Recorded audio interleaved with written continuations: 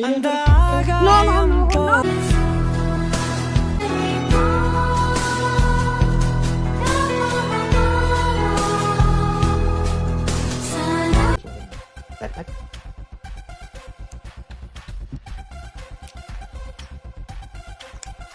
shorts, raincoats, emergency light, power bank, waterproof phone cover, and this is my backpack. Let's begin. Travel பண்ண நான் ready. கூட வரீங்களா? உங்களை அன்போடன் வரவேற்கிறது. ஃபர்ஸ்ட் டைம் கிளம்பாக்கத்துலேருந்து பஸ் ஏறுறோம். ஒரு பயணம் ஒரு கதை. ஸோ சக்ஸஸ்ஃபுல்லாக பஸ் ஏறியாச்சு.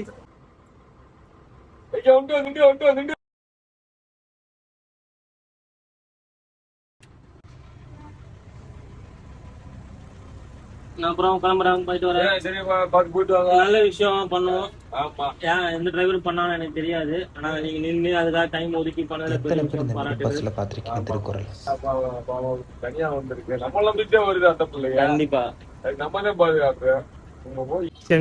வந்தாச்சு. ஸோ இன்னும் கொஞ்சம் தூரம். ஸோ சென்னையிலேருந்து திண்டுக்கல், திண்டுக்கல்லேருந்து வத்தலகுண்டு பெரிய குளம். இப்போ இந்த பெரிய குளத்துலேருந்து நம்மளோட ஜேர்னி மெயினாக எதுக்கு வந்தோமோ அந்த ஜேர்னி அங்கே ஸ்டார்ட் ஆக போகுது. குட் மார்னிங், காலை வணக்கம், வந்தனம், நமஸ்தே, நமஸ்கார், ஸ்வாகதம். நான் உங்கள் பிரகாஷ். கொடைக்கானல் ட்ரெக்கிங்னாலே மேலே போயிட்டு மேலே ஏதாவது ஒரு சின்ன இடத்துல ட்ரெக் பண்ணுறோம் அப்படி தான் நானும் இப்படிலாம் நினச்சிட்டு இருந்தேன். பட் அப்படிலாம் கிடையாது. கொடைக்கானல் கீழே, வத்தலகுண்டு கீழே பெரிய குளம் ஒரு ஏரியாவில் அங்கே இருந்து ஃபாரஸ்ட் வழியாக வெறும் 14 கிலோமீட்டரில் கொடைக்கானல் போக முடியுமா? நம்ப முடியுதா என்ன? இல்லை நானும் ஆரம்பத்தில் நம்பலை. அது என்ன ஏதுன்னு செக் பண்ணிவிட்டு, ஃபாரஸ்ட் வழியை செக் பண்ணிவிட்டு, அவங்கள்ட்ட பர்மிஷன் வாங்கிட்டு பே பண்ணிட்டு தான் இப்போ நம்ம உள்ளே போகணும். ரொம்ப எக்ஸைட்மெண்ட்டாக இருக்குது. ஏன்னா கொடைக்கானலுக்கு பைக்கு, பஸ்ஸு, கார் அப்படின்னு எல்லா விதத்தில் நம்ம ட்ராவல் பண்ணியாச்சு. பட் நடந்து ரொம்ப ஆர்வமாக தான் இருக்குது. நான் ட்ராவல் பண்ண போகிறேன் இன்றைக்கி கொடைக்கானல் கீழே இருந்து மேலே வரைக்கும் ட்ரெக்கிங் ஃபாரஸ்ட் வழியாக. வாங்க, நான் உங்களை கூப்பிட்டு போகிறேன், சேர்ந்து ட்ராவல் பண்ணலாம். இது உங்கள் திஷு ஃப்ரம் திஷு ட்ரெயின்.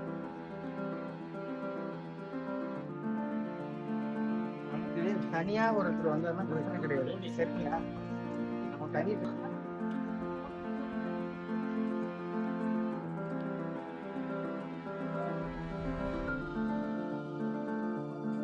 ஸோ இவர் மூலிமா தான் நாங்கள் இன்றைக்கி இந்த காட்டுக்குள்ளே போக போகிறோம்.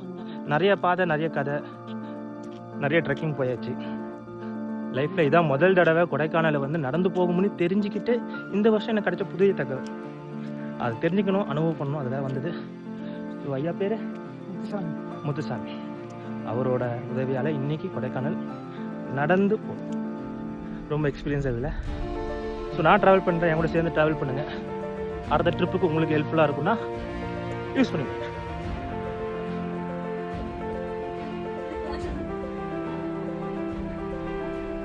இந்த கும்பகரையிலேருந்து தான் ட்ரெக்கிங் ஸ்டார்ட் ஆகுது. ரொம்ப மழை காலத்தில் வந்து அலோவ் பண்ணுவாங்க இல்லையா? மழை பெஞ்சுக்கிட்டே இருக்கும்போது கூட நம்ம நினச்சா வந்த நேரத்து இந்த காடு உருவான போது தான் நம்மளும் உருவானோம். ஆனால் இந்த காட்டுக்கு நம்மளுக்கு நிறைய சம்மந்தம் இருக்குது. நிறைய பேருக்கு தெரியாது. இந்த காடு நம்மளை வளர்த்துருக்கலாம். ஆனால் பதிலுக்கு நம்ம என்ன செஞ்சுருக்கோம் அந்த காட்டுக்கு? ஒரு வாட்டியாச்சும் நன்றி. எவ்வளோ மரக்கன்று நம்ம நட்டுருப்போம். ஸோ அதுக்கு நன்றி தெரிவிக்கிற மாதிரி தான் ஒரு பயணமும் ஒரு காட்டுப்பாதையும். ஸோ இன்றைக்கி இந்த காடு நிறைய பேரை வாழ வச்சுருக்கு. ஸோ அதுக்கு நன்றி சொல்கிற மாதிரி அந்த காட்டை பார்த்துட்டு நன்றி சொல்லிவிட்டு அது ஒரு பேசிக்கிட்டு போகலாமா? நீங்களும் முடிஞ்சா வருஷத்தில் ஒரு நாளோ 2 நாளோ பக்கத்தில் இருக்கிற ஏதாவது ஒரு காட்டுக்கு போயிட்டு வாங்க. முடிஞ்சா 4 மரக்கண்ணை நட்டிட்டு இருக்கோம். நம்முடைய மூதாதைகள் இங்கே நட்டதுனால தான் இன்னைக்கு நம்ம இதை நடந்து போயிட்டு இருக்கோம். ஸோ நம்ம சங்கதிக்கு எதாவது வேணும்னா நம்மள எதாவது பண்ணிட்டு தானே போகணும். இப்போ நான் பண்ணுறேன், கூட சேர்ந்து நீங்களும் பண்ணுங்க. உங்களுக்காக நானும் சேர்ந்து பயணிக்கலாம்.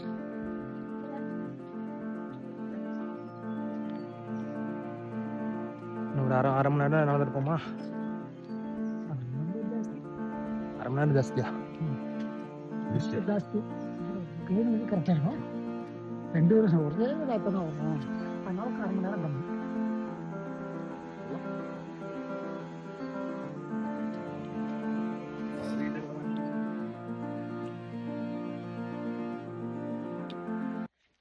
இந்த வெள்ளைக்கவி கிராமம் உற்பத்தி ஆகிறதுக்கு முன்னுக்கு ம். இந்த கிராமம் வந்து ஒரு 5 வீடு தான் அப்போ உருவானது. ம். இந்த 5 வீடு உருவானதுக்கு காரணமும் வேற. ம். இது என்னன்னு கேட்டீங்கன்னா, ம். ஃபர்ஸ்ட் ஓல்டு கொடை வந்து இந்த வெள்ளைக்கவி, ம். 2வது தான் கொடைக்கானல். சரி. ஃபர்ஸ்ட் வந்து இந்த ஊர் உருவாகிட்டா அதுக்கு மேல்பட்டு தான் கொடைக்கானலே உற்பத்தி ஆனது. இது வந்து என்னன்னு கேட்டீங்கன்னா, ஃபர்ஸ்ட் கிபி காலத்தில், பிரிட்டிஷ் காலத்தில் ஒரு போராட்டம் நடக்க போகும்போது ம். தப்பிச்சு வந்து இது வந்தவங்க நாங்களாம் கரூர் மக்கள். ஓ. கரூர் மக்கள். இங்கே வந்து இப்போ நம்ம போகிற வழியிலே ஒரு சங்கக்கல் கட்டடம் இருக்குது. மகாராஜாங்கிறவர், அந்த காலத்தில் ஆதி காலத்தில் உள்ளவர் மகாராஜா. அங்கேருந்து தப்பிச்சு வந்தது எல்லாமே இங்கே வந்து குடியிருந்து வந்தவங்க. அப்போ தண்ணி வசதி கொஞ்சம் கம்மி. அதுக்கு மேல்பட்டு தான் வந்து வெள்ளைக்கவிங்கிற அந்த ஊர் எங்கள் ஊருக்கு வந்து இந்த இடத்துல தண்ணி வசதி இருக்குமோ எங்கள் மக்கள் ஒரு 5 வீட்டு ஆளுங்க வந்து பார்த்தவங்க, பார்த்து குடியிருந்தவங்க. அப்போ வந்து என்னென்னு கேட்டிங்கன்னா, நம்ம போகிற கோயில், ஒரு கோயில் இருக்குது எங்கள் ஊர்லேயே ஒரு கோயில், வைரவ சாமிங்கிறது. அந்த வைரவ சாமியை கொண்டு வந்தது வந்து வில்பட்டிக்காரங்க. கொடைக்கானல் வில்பட்டி இருக்குல்ல, அந்த வில்பட்டிக்காரங்க தான் கொண்டு வந்தவங்க. கொண்டு வந்து அந்த இடத்துல வந்து வச்சுருக்காங்க. வச்சுட்டு 2வது தண்ணி இல்லையே, குடிக்க போகணுமே, போய் தண்ணி கட்டிட்டு வந்து பார்க்குறாங்க, தூக்க முடியல. அப்படியே அந்த கோயில் வந்து அந்த இடத்துல இருந்தது. அப்போ அந்த 5 வீடுன்னு சொல்கிறோம்ல, அவங்க வந்து வெளியப்பட்ட இடத்துல ஒரு தூரமான இடத்துல இருந்தாங்க. அவங்க கனவுல போய் இந்த மாதிரி இந்த இடத்துல வந்து இருக்கேன், நீங்கள் இங்கே வாங்க, உங்களுக்கு எல்லா வசதியும் பண்ணுற, கொண்டு செலுத்துறீங்க, இது பண்ணுங்க, விட்டுட்டு போயிட்டாங்க அப்படின்னு சொன்னதுக்கு மட்டும் தான் அந்த 5 வீட்டாக வந்தவங்க. அந்த வெள்ளைக்கவி அப்போ உற்பத்தியானது. அந்த வெள்ளைக்கவி அதான் ஃபஸ்ட் டைம் 5 குடும்பம் வந்தது. அப்புறம் 50 குடும்பம், அப்புறம் 500 குடும்பம் வரைக்கும் உருவாகிடுச்சு. இதுதான் அந்த நேரத்தில் கொஞ்சம் இதானவங்க. ஸோ எந்த அசுத்தமுங்களோ எந்த இது சுற்றுப்புற எதுவுமே இல்லாமல் சுத்தமாக இருந்துச்சு. ஒரிஜினல் காற்று வேற. அதனால மக்கள் வந்து ஒரு வித்தியாசமாக இருந்தாங்க. அதனால தான் அந்த வெள்ளைக்கவிங்கிறது வெள்ளை மனசு உள்ளவங்க. இதுதான் வெள்ளை மனுஷர் உள்ளவங்க. காரணம் என்னன்னு கேட்டிங்கன்னா, வர்றவங்களுக்கு எங்களுக்கு இருக்கோ இல்லையோ, வர்றவங்களுக்கு பசியாக இருக்குது, வர்றவங்களுக்கு ஏதோ அவங்களால எங்களால் முடிஞ்ச அளவு உதவி செஞ்சதுனால அவங்க வந்து வெள்ளை மனசு உள்ளவங்க. இது ஒரு கெவியாக இருக்குது. அந்த இடத்துல குடியிருந்ததுனால வெள்ளைக்கவின்னு வச்சு அந்த நேரத்துலேயே ஒரு வெள்ளைக்காரன் வந்து குடியிருச்சு. அப்படி வச்சு போனது தான் வெள்ளைக்கவிங்கிற ஒரு பேர். நல்ல அன்னைக்கு இருந்துதான் இன்னைக்கு வரைக்கும் கடவுள் வந்து எங்களுக்கு எந்த பிரச்சனையும் இல்லாமல் நல்ல முறையில் உள்ளதை வச்சதுனால நல்லதை சாப்பிட்டுக்கிட்டு நோய் நொடி அதிகமாக இல்லாமல். அதான் முக்கியம். எங்கே இருக்கிறோம், எப்படி இருக்கிறோம் முக்கியம் இல்லை, எப்படி இருக்குங்கிறது முக்கியம் இல்லை. நோய் நொடி இல்லாமல் அதிகமாக இருக்கிறாங்க இல்லாமல் நல்லா இருக்கும். இன்னைக்கெல்லாம் எனக்கெல்லாம் 52 வயசாச்சு. இனி கடல் தாண்டி போகணும்னாலும் போகிறேன்.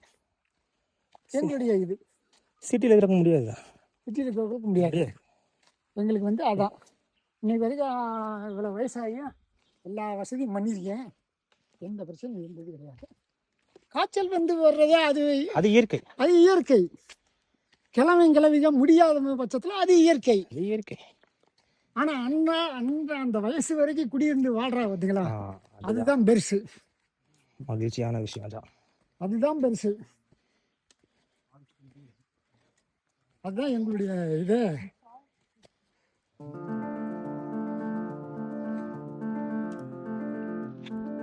ஐயோ சொன்ன மாதிரி தான் உண்மை.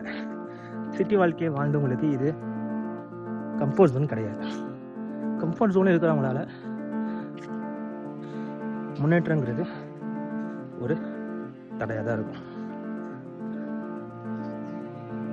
ஏன்னா கம்ஃபர்ட் ஜோனை விட்டுட்டு இந்த மாதிரி கடினமான வாழ்க்கை சூழ்நிலைக்கு மாற முடியாதனாலும் வருஷத்தில் ஒரு தடவை இந்த கடினமான பாதையை